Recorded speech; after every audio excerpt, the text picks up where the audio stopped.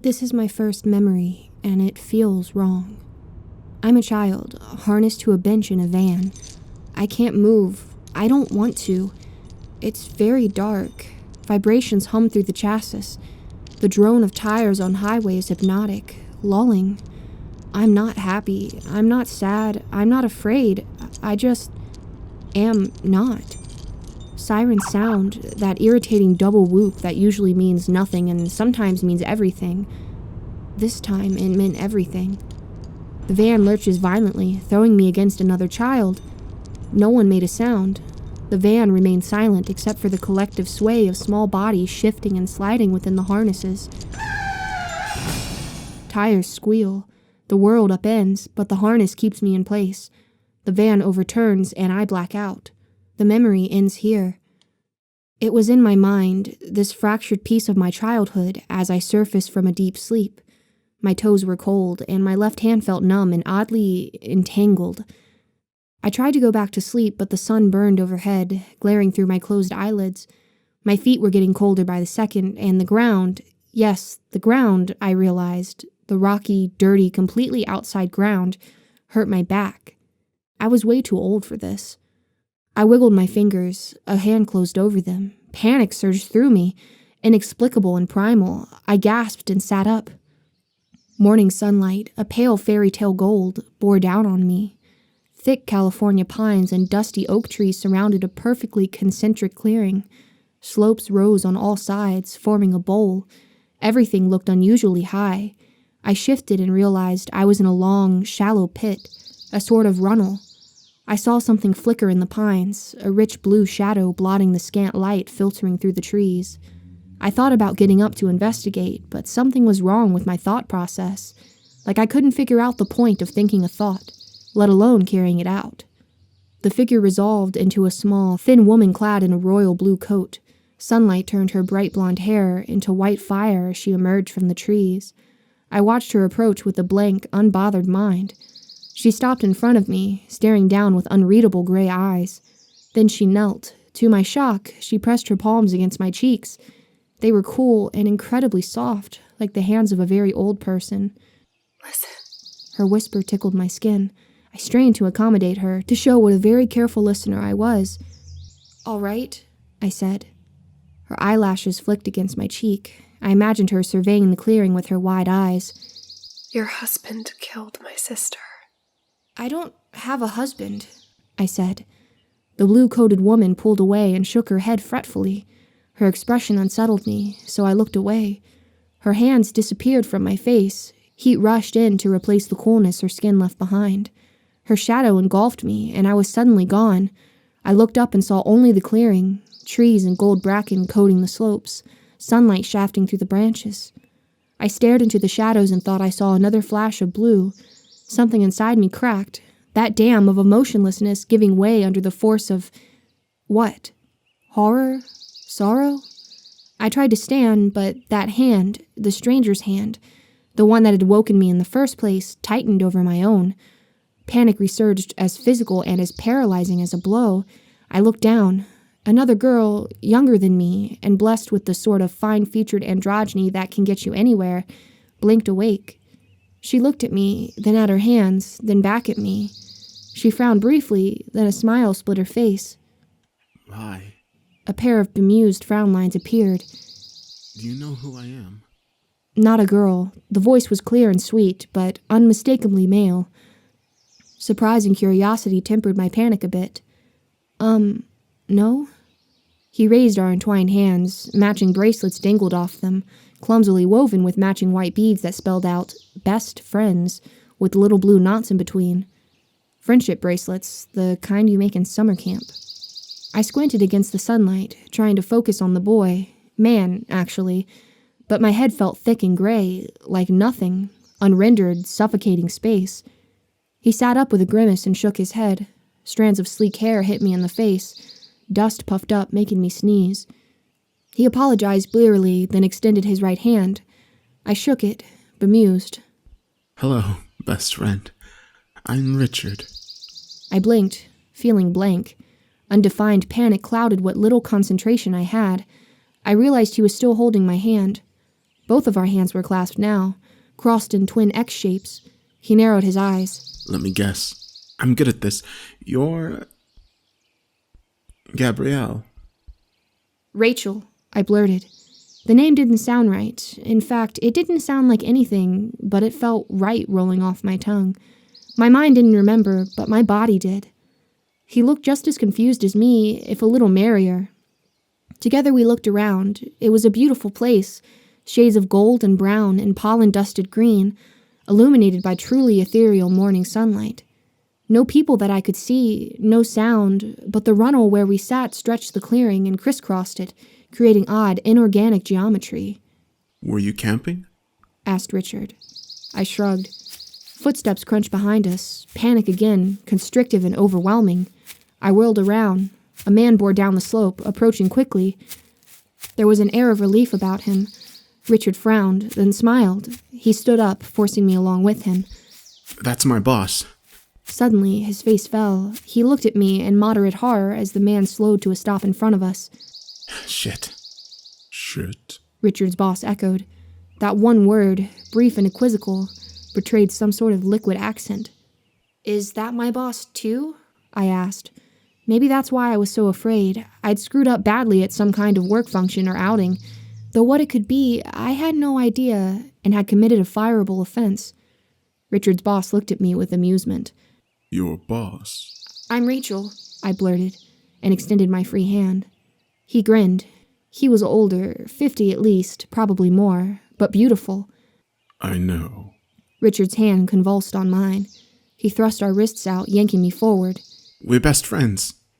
Richard's boss fingered the bracelets. His wide, beautiful, merry smile made me blush. I'm very glad. Allow me to make the formal introductions. Rachel, this is Richard White. He's our new assistant. His eyes were positively luminous. Richard, this is my wife, Rachel. Richard dropped my hand immediately. We didn't... Richard's boss laughed. I don't doubt, for one thing, you're the most innocent people I know. This comment, so offhand yet so assured, provided a hint of mooring in the vast, terrified nothing in which I floundered. Also, he gave us a once-over, and lingering on me with a grin that made me feel naked. You're both dressed. I looked down blankly and was relieved to see securely belted slacks, several unmolested layers of sweaters, and a jacket.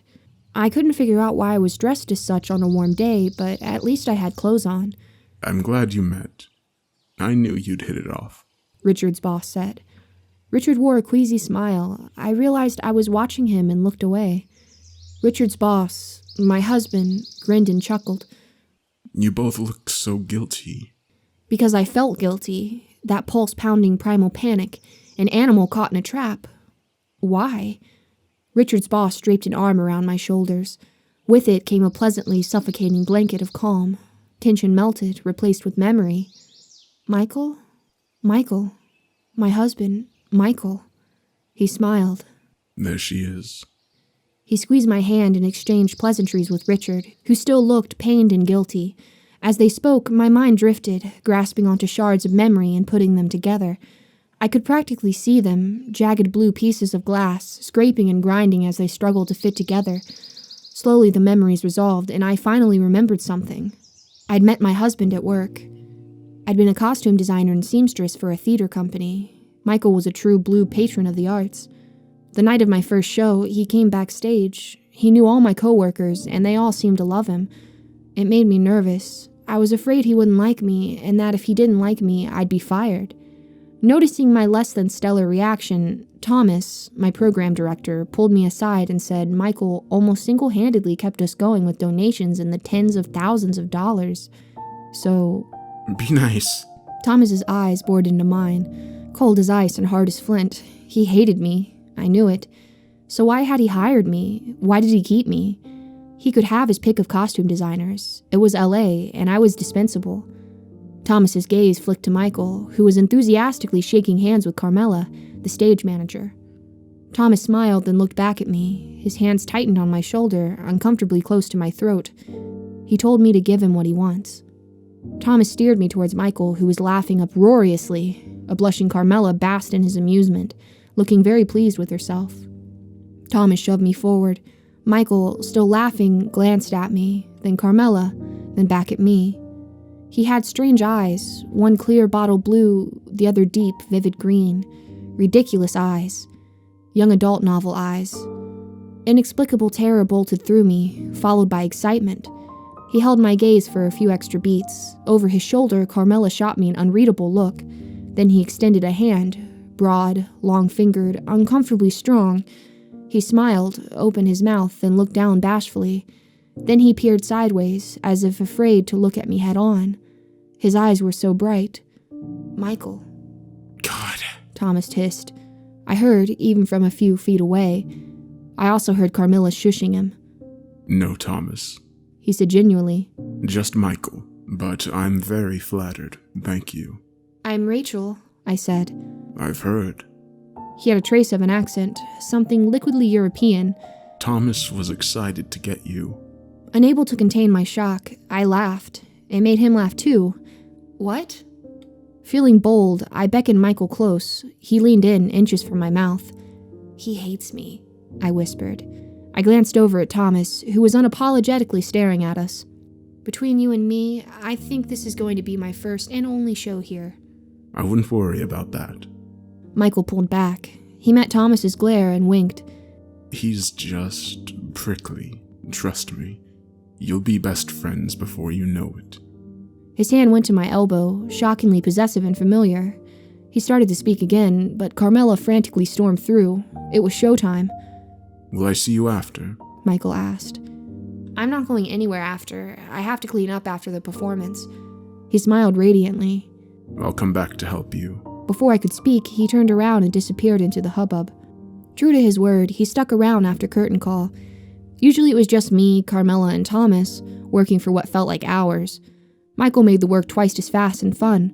For me, anyway. Thomas remained distinctly icy the entire night, but for the first time since I'd been hired, I managed to ignore him. Michael made it easy. His attention was intoxicating, his energy infectious.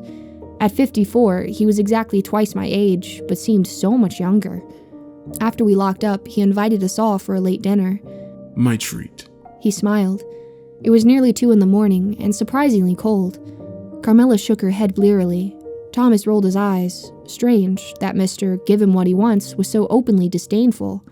I've got other things to do, including sleep. Far be it from me to interrupt a man's sleep. Michael said genuinely. He leaned in toward me and whispered. A woman's, on the other hand. I shushed him frantically.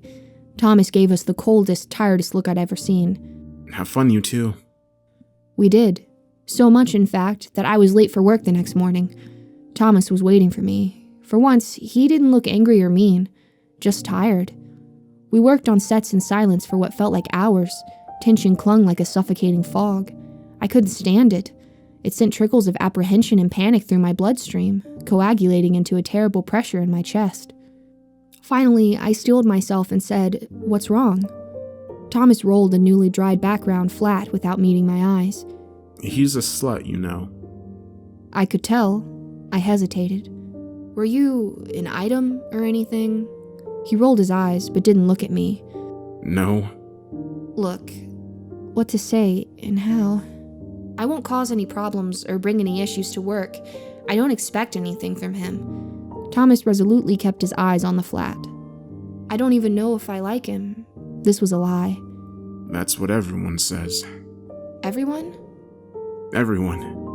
Thomas finally looked at me, cold and tired, an expression much too old for him.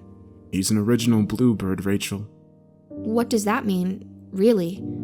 Don't be stupid. He snapped. He's perfect until he has what he wants. "If his behavior last night was perfect, then perfect leaves a lot to be desired." I lied. My words issued in a high, uneven register. Why was I afraid? Why was I so afraid of everything? Thomas looked thoroughly unconvinced. Just don't say we didn't warn you. It was true I didn't expect anything from Michael, but he thwarted those expectations utterly. Every night he came back to help. Every night he was progressively more possessive. Every night we left together. Thomas didn't say another word about it. The last night of the show, I was ill. High fever, swimmy dizziness. The colors were too saturated. Outlines unreliable. as if any moment they'd break their bounds and morph into something else. Michael stayed after the show as always. He was colder than I expected, considerate and helpful, but uncharacteristically quiet. Made sense, really. He was wasting his time. I wasn't taking anyone home with me tonight. At some point, while hanging costumes, I drifted off. I woke abruptly, an indeterminable amount of time later, to Thomas's voice. I can't do this. He was crying. I perked up, feeling dizzy and achy and utterly embarrassed. I'm not the one to take it up with, was Michael's clipped response. He is! Thomas sobbed. An unfamiliar voice heaved a great sigh. Thomas, whatever were you thinking? An old man, syllables dripping with a contemptuous regret that made my skin crawl. Or maybe it was the fever chills. I thought... Thomas wept. I thought you delude yourself. Michael spat. You should have known. The old man agreed, and Thomas broke down into sobbing. Moved by concern, I tried to stand up, but the world swooned and the floor hit me. Rachel? Thomas's voice, shrill and hiccupy. Footsteps reverberated through the floorboards. I tried to get up, but blacked out instead. I surfaced from the memory with a sharp gasp. Sunlight and pine needles overwhelmed my senses, dragging me away from the past and back into the clearing with the fairy tale forest. Richard peered at me, shy and alarmed. Sorry, leg cramp, I lied. Michael guided me out of the runnel onto the stable ground and toward the slope. Richard trailed after us at a respectful distance. Where are we? I asked as we entered the trees. Cool shadows engulfed me. I thought of the blue-coated woman prowling the darkness, watching me, and shuddered. Michael looked at me sharply. Do you not remember? No, I confessed. He looked over his shoulder. Richard was still in the clearing, dragging his feet as he trudged forward.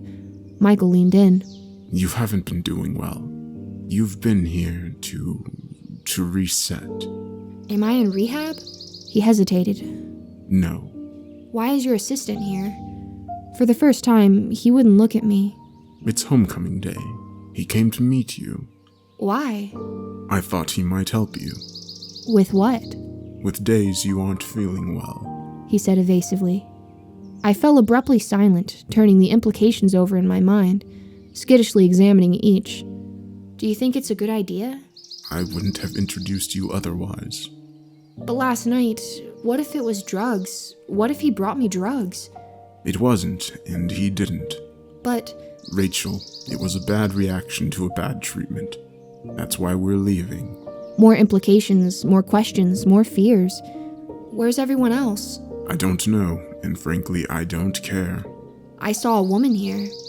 He was concentrating on picking his way over slippery leaves and rocks. What?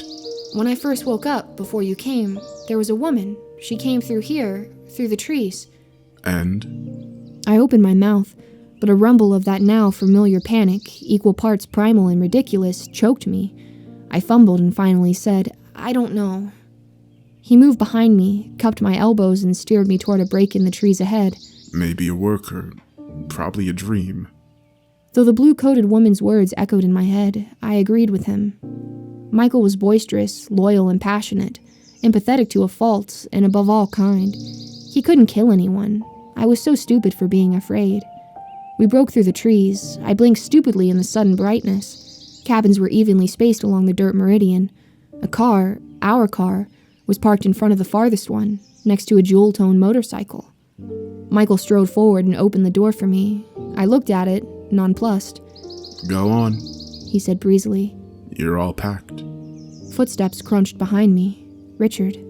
What about... I waved uncertainly. Richard? That's his bike.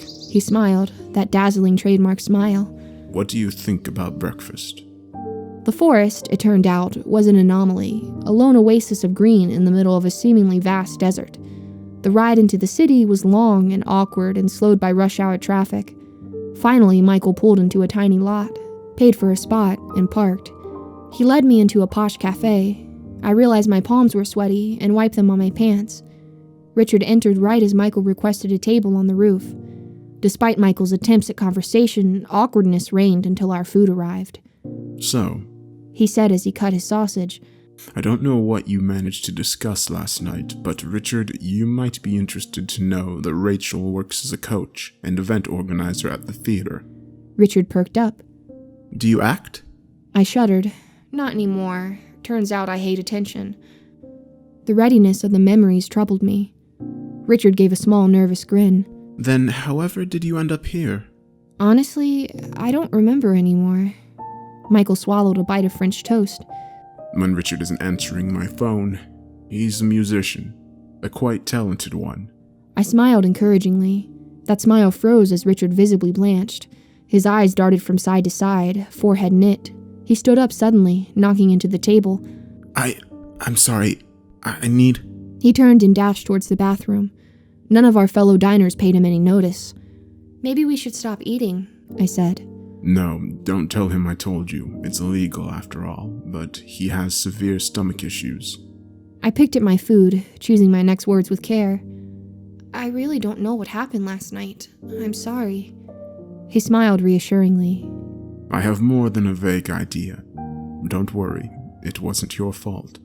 This didn't feel right. Nothing felt right. Richard didn't remember either. At first, he didn't even know his name. Michael looked up sharply. I'm sorry? He didn't know his name, or who I was, or who you were at first. Michael took another bite. You told me you saw a woman this morning. To me, it sounded like a dream. I knew what he was getting at. Frustration reared its head. But you were there. Yes, and I heard him say, "Shit, that's my boss," which is understandable under the circumstances. I saw him drop your hand when he realized he was holding it. I took it as embarrassment, since you spent the night outside under his care. Where were you? Why did he come and not you? I was working. I arrived in the middle of the night and stayed in the guest house. They wouldn't let me wake you or see you. Had they done so, you wouldn't have been outside all night. More proof of the faculty's unsuitability. I couldn't meet his eyes. Oh. He wiped his mouth and crumpled the napkin. Excuse me, I'm in need. He said wryly. Of the facilities. I nodded. He reached across the table and caressed my cheek. It was unexpected, but delightful. I looked up. He had a sad smile. We'll go over everything, don't worry. I smiled back, unable to help myself. He got up and disappeared around the corner. I watched him, sad and scared, yet grateful for him. I returned to my empty plate, suddenly realizing how very long Richard had been gone. I looked out the window. His motorcycle was in clear view, right beside Michael's car. I was so focused on it, I barely noticed when he slid into the seat across from me. Slightly startled, I rearranged my face into a welcoming smile. I registered the bright yellow hair and vibrant blue coat before I realized it wasn't Richard. The woman's gray eyes were full of sorrow, but utterly dry. She was so loved, Rachel. You don't even know. I couldn't speak. She reached across the table and grabbed my hand gently, tenderly. I tried to pull away, but she tightened her grip. Nails, short and blunt and terribly hard, dug into my skin. "Let go of me," I whispered. I jerked my hand, but each time she held more tightly. She's gone, but we know. She said. We're all still here. Let. My voice was so soft, so horribly soft. Let. And we're waiting.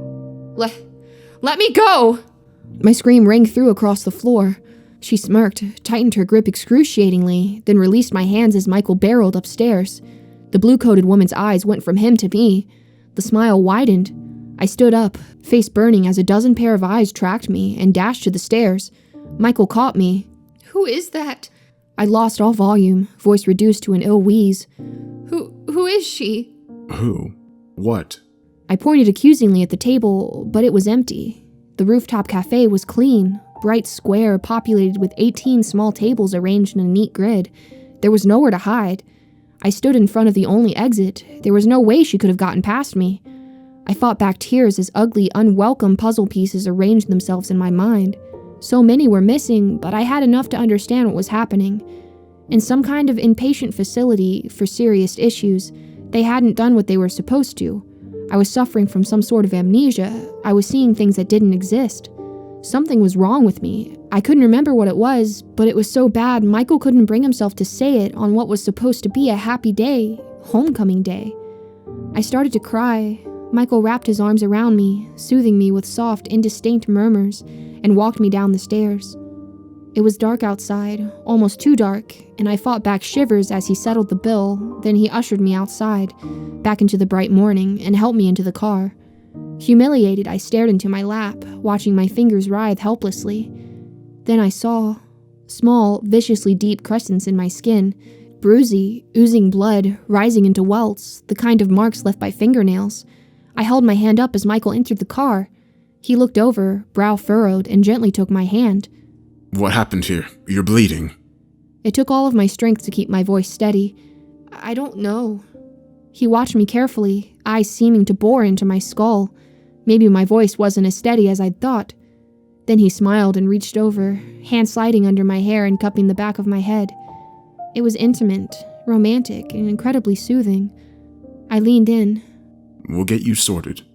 He put the car in gear. Only when we reached the corner did I realize Richard's motorcycle still sat in the lot, gleaming in the sun. I looked down at my hands, at the nail marks. This all happened yesterday. None of it, and nothing that's happened today, makes sense to me. Please help me if you can, because I don't know what to do.